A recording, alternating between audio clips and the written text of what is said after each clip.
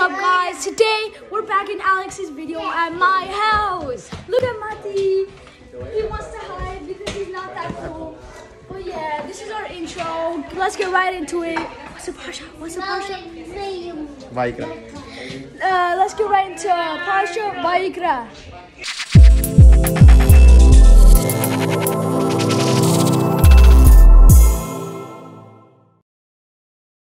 Shalom, guys. Welcome back to another episode here at YASHAV Ministry with Casa de Israel Yara. We're back at it again with a new book, a new Torah portion. We're going to enter the book of Vayikra, Leviticus, as is well known. And so we ended up last week the book of Exodus, and the glory of Adonai filled the tabernacle, right? And now that the tabernacle at the end of Exodus is completed, erected, and the presence of Adonai is in the midst of the camp and in the tabernacle. Adonai calls Moses from the tent of meeting, and he lets him know that he cannot come in. And now it transitions and it pauses to give us the instructions of, we have seen what it took to build the tabernacle. We have seen the efforts, and we have seen different things that have happened that have led us to the tabernacle being erected. The offerings, the terumah, the ransom. We saw all these things, the repetition of it. And now, Adonai is going to tell us how, with this tabernacle that is erected, how do we draw near him? And it's very interesting because Leviticus opens up with sacrifices. And so we'll get into it a little bit, and then I'll let you be free. So let's get started. Baruch Adonai HaOra, Baruch Adonai HaOra le'olam ba'eh, Baruch Adonai Eloheinu melech haolam, asher bahar banu mikol ha'amim, v'natan lanu et torato. Baruch Adonai noten ha'torah. Bless Adonai who is blessed. Bless Adonai who is blessed now and forever. Blessed are you, Adonai, our God, sovereign of the universe, who has chosen us from among the peoples, has given us the Torah. Blessed are you, Adonai, who gives the Torah. Amen. Also, check out the content that we have on our channel. Like and subscribe. If you have any questions, comments, concerns, put them in the comment section down below. Also, download the CIY app. I will be putting up the link on the description. Support. We will greatly appreciate it. So, Vayikra, Adonai called Moses, okay? And so we're going to read. This week's Torah portion starts in Leviticus chapter 1, verse 1 through chapter 6, verse 7. The Haftarah portion is Isaiah chapter 43, verses 21 to chapter 44, verse 23. And the Haftarah portion is Hebrews chapter 10, verse 1 through 18. So, the book of Leviticus starts the following. It says, Vayikra el Moshe wadaber Adonai Ela me'ohel moed lemor. And in English, it says the following. Then the Lord called Moses and spoke to him from the tent of meeting, saying, speak to the sons of Israel, and say to them, when any man of you brings an offering to the Lord, you shall bring your offering of animals from the herd of the flock. If this offering is a burnt offering from the herd, he shall offer it, a male without defect. He shall offer it at the doorway of the tent of meeting, that he may be accepted before the Lord. He shall lay his hands on the head of the burnt offering, that it may be accepted for him to make atonement on his behalf. He shall slay the young bull before the Lord, and Aaron's sons, the priest, shall offer the blood and sprinkle the blood around the altar that is at the doorway of the tent of meeting. He shall then skin the burnt offering and cut it into pieces. The sons of Aaron the priest shall put fire on the altar and arrange wood on the fire. Then Aaron's sons, the priest, shall arrange the pieces, the head, suit over the wood which is on the fire, that is on the altar, its entrails. However, its legs he shall wash it with water. The priest shall offer it and smoke all of it on the altar for burnt offering, an offering by fire of soothing aroma to the Lord. But if the offering is from the flock of the sheep or the goats for the burnt offering, he shall offer it a male with no defect. He shall slay on the side of the altar northward before the Lord, and Aaron's sons the priest shall sprinkle his blood around the altar. He shall then cut it into pieces with his head and his suit, and the priest shall arrange them on the wood, which is on the fire, that is on the altar. The entrails, however, and the legs he shall wash with water, and the priest shall offer it all, and offer it up on smoke on the altar. It is a burnt offering, an offering by fire of soothing aroma to the Lord. But if his offering of the Lord is an offering of birds, then he shall bring it.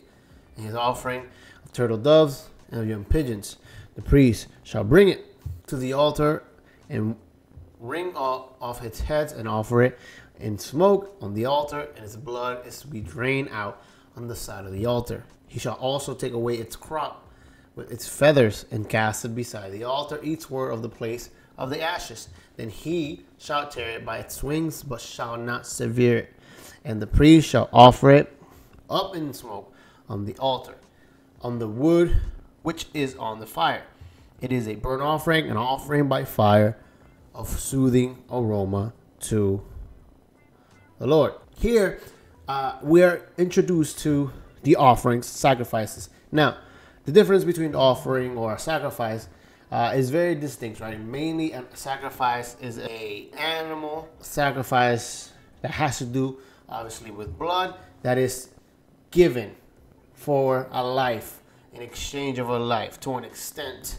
That is somewhat of the definition. But korban is more of something that is given to draw near, right? So envision when you give a handshake to somebody, right? And usually we give a handshake, and either we give a hug in the process, all right? So that is draw near, right? So that handshake, the hands become, to an extent, what draws us near to each other for a hug, right? Now, the sacrifice or the offering is the intermediary. The offering is what draws you near to Adonai, and that is what he's seeking. Now, there's very interesting steps to this, right? So you are the offerer, you bring this offering, and it starts with the Olah offering, which is what we're going to talk about, the burnt offering, which is burnt completely on the altar. Now, this offering is telling Adonai, I'm giving this offering completely to you in thankfulness. And you will say, why will they bring these types of sacrifices, right? It gives you like at least 3 tiers, okay, of how you can do the burnt offering. And is giving space to those that can afford the most pricey one to the most affordable ones for those that can't or don't have cattle or don't have sheep. So they bring pigeon. But the reason why these things are brought to Adonai is because, one, Adonai provides them, and two, it is a way that they can demonstrate their thankfulness by giving something from what they have earned. Okay, now, it's very interesting because the steps are, you prepare the offering, you bring it. Now, the ones that handle the blood of the offering is the priesthood. You cannot go into the tabernacle and officiate around the altar because that is designated for the Levitical priesthood and obviously Aaron and his sons. So we have no right to go in there. But what we do have right to is to bring our offering so that we can draw near Adonai. Remember, Adonai is seeking to draw you near to him. Okay, so something we're going to read.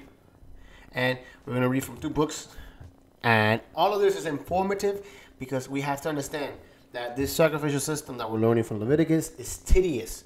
Yes, blood and this. But understand that there's elements to this that visually are important. Right? The bringing of the offering, the priesthood ministering between me and Adonai, and then the consuming of this offering, the smoke, that visualization of everything happening tells the offerer in their time, God is accepting my approach. And that smoke, that aroma that is lifted, that visualization lets the offerer know that it was accepted and that God is in a relationship, okay, and in a communication. Because remember, the only one that has communication with Adonai directly on the mountain with Moses, and now it would be Aaron ministering in the tabernacle with his sons and the Levitical priesthood. Okay, so let's get to reading. Leviticus starts off with obviously the Olah.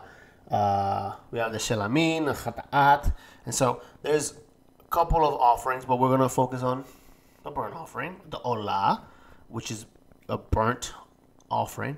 That is, Olah is like elevate, so it's an elevating offering. So you're elevating yourself to Adonai, or elevating your offering to a God. Okay, now this is a diagram from Leviticus commentary from Jacob Milgram, a very great resource, very, very important. So as we can see, we have the altar, we have the laver, we have the courts, the outer court, the tabernacle itself with the holy and the holy of holies, the ark, the menorah, etc., etc. This chapter of Leviticus starts off with the burnt offering. Like I said before, the ritual procedure with the burnt offering can be reconstructed as follows.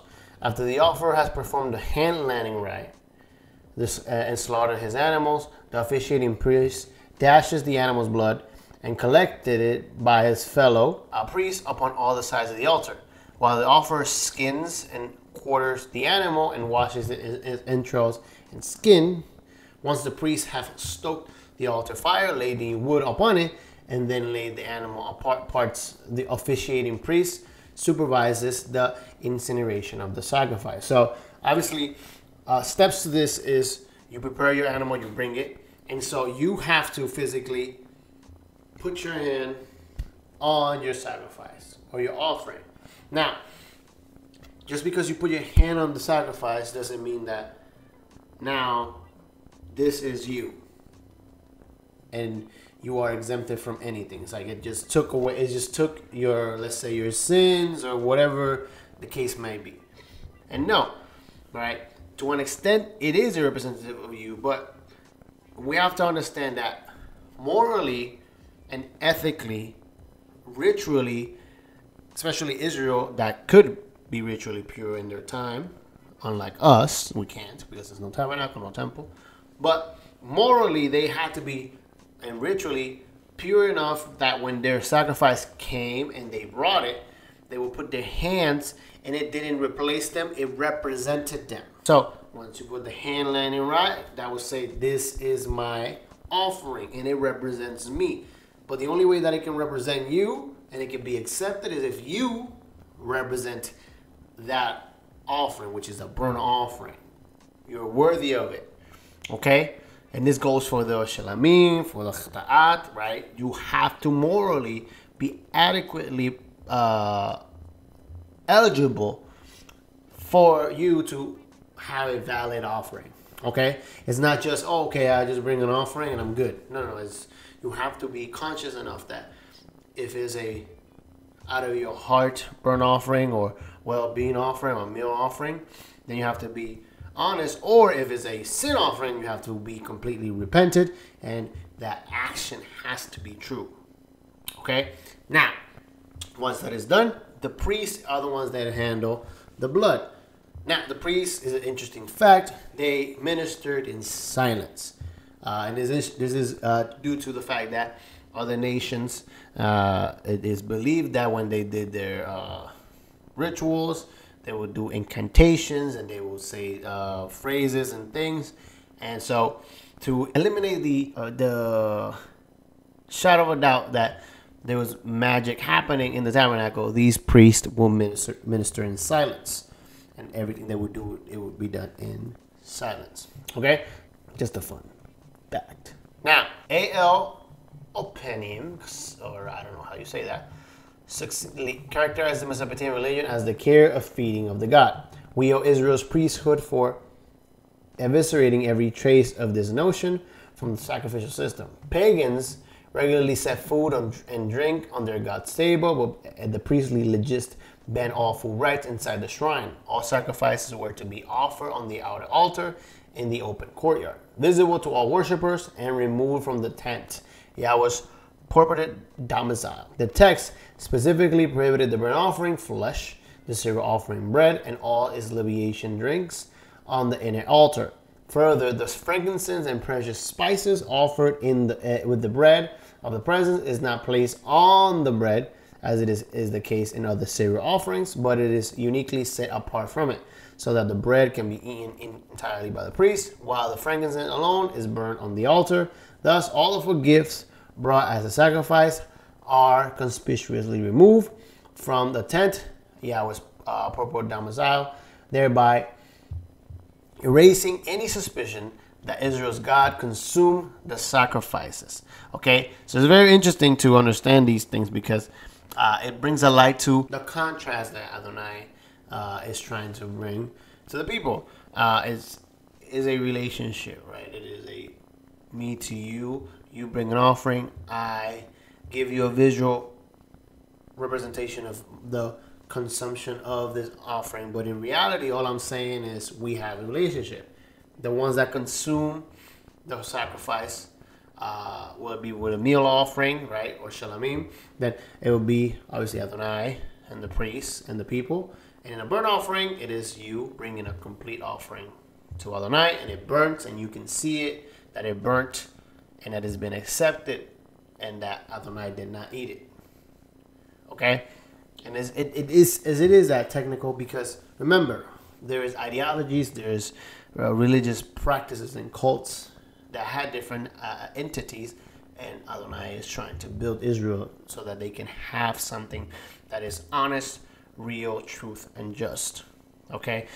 To represent him, and so that they can represent the nations as well. Okay, so now another interesting fact, and I'm gonna read this because the blood is something that is very hard for people to accept and understand when it comes to this step-by-step procedure when it comes to the sacrifices, right? The blood, and why so much blood, or it's so cruel. But understand that culturally we still eat in restaurants, and we buy food in grocery stores. So these animals are still being killed and still being sacrificed so that we can consume them. Now, if you're a vegetarian, it's different, and okay.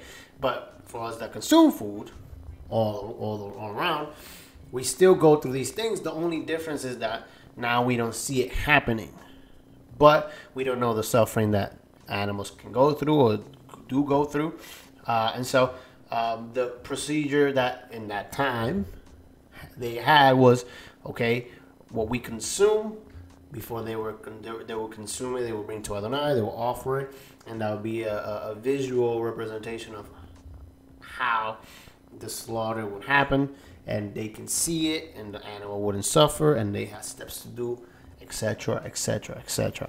Okay, so just bringing that to perspective, because many people will say, no, your God in the Old Testament, he is cruel and evil, but just understand culturally this is how they communicate, and this is how they physically, ritualistically would demonstrate their gratitude. And the first couple of offerings in the book of Leviticus are all positive, right?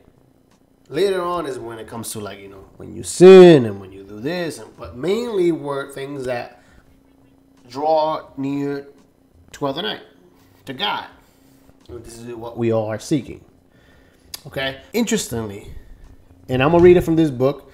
That's going to be a little uncomfortable, but hey, I got to read it.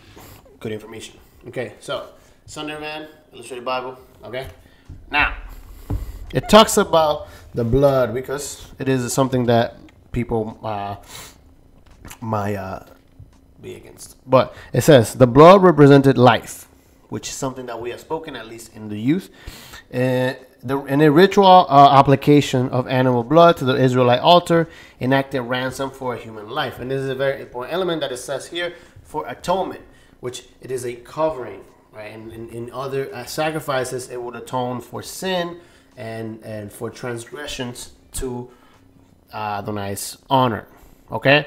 Now, by contrast to Israel's ritual system, in which blood was intentionally and meaningfully applied in various ways to objects, areas, and persons, in Mesopotamia and Ugaritic cults lacked such rituals used of blood. So Israel, in their sacrificial ways, would be placing the blood in specific places directly exactly how Adonai established it. Now, in some ancient cultures, in Hittites and the Greeks, blood could be used for alleviation to the underworld. Deities convey to them by means of ritual holes in the ground. So they would dig a hole and pour the blood there.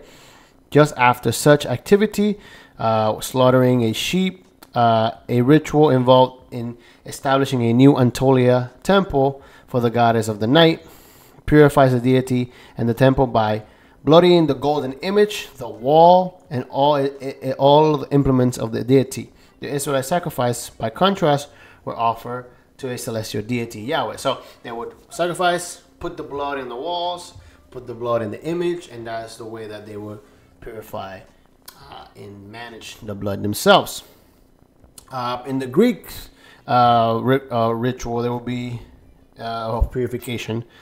The Greek ritual for purification from homicide could be for slaughtering a piglet over the head of a person, undergoing purification, and then rinsing of the blood.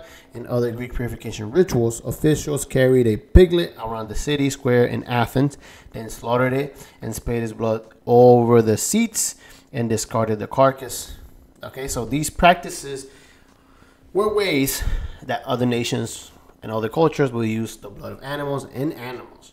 Now, again, Adonai is trying to bring order to what nations represent as chaos when it comes to how they purify and sanctify and approach their gods. Okay, so the burnt offering was meant to be burnt completely.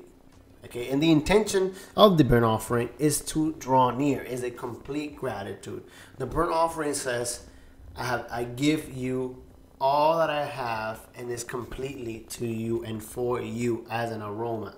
The idea of the book of Leviticus is God's establishing the steps by steps to draw near him, to get closer to him, to find grace in his eyes. And this is what the people of Israel were called to do. And again, I want you to understand that Adonai is the one that calls Moses from the tent of meeting. God is the one speaking. These are in strict orders from Adonai that he never changed, that he never eliminated, that he never erased, because they were the blueprint from heaven. Remember, we are never, ever to misunderstand this point. We should always have it in our conscience. The only ones that can make God's presence to leave his tent and his sacred space is us. There's no demons. There's no evil. It is our constant desire to do our will over his will. And the book of Leviticus teaches us step by step how to draw near him. It's going to be tedious and it's going to be a little boring for some people, but it is important for us to learn this and try to read this. So, Alejandro, I promise you I'll put the video before or at the end of this video. So I'll put that up. But Alejandro, Matias, Caitlin, Victoria, all you guys, read the Torah portion. Elias, sit down with your parents. Leviticus is one of the books that nobody likes to read. Please read it. Please, please. Do your research and grow. We need to grow as a people. And the only way we're going to do that is getting to know Adonai's heart. So, I hope you guys have a great day. Hope you guys have a great Shabbat. A good weekend. A good week. Shavua Tov. Shabbat Shalom. Thank you.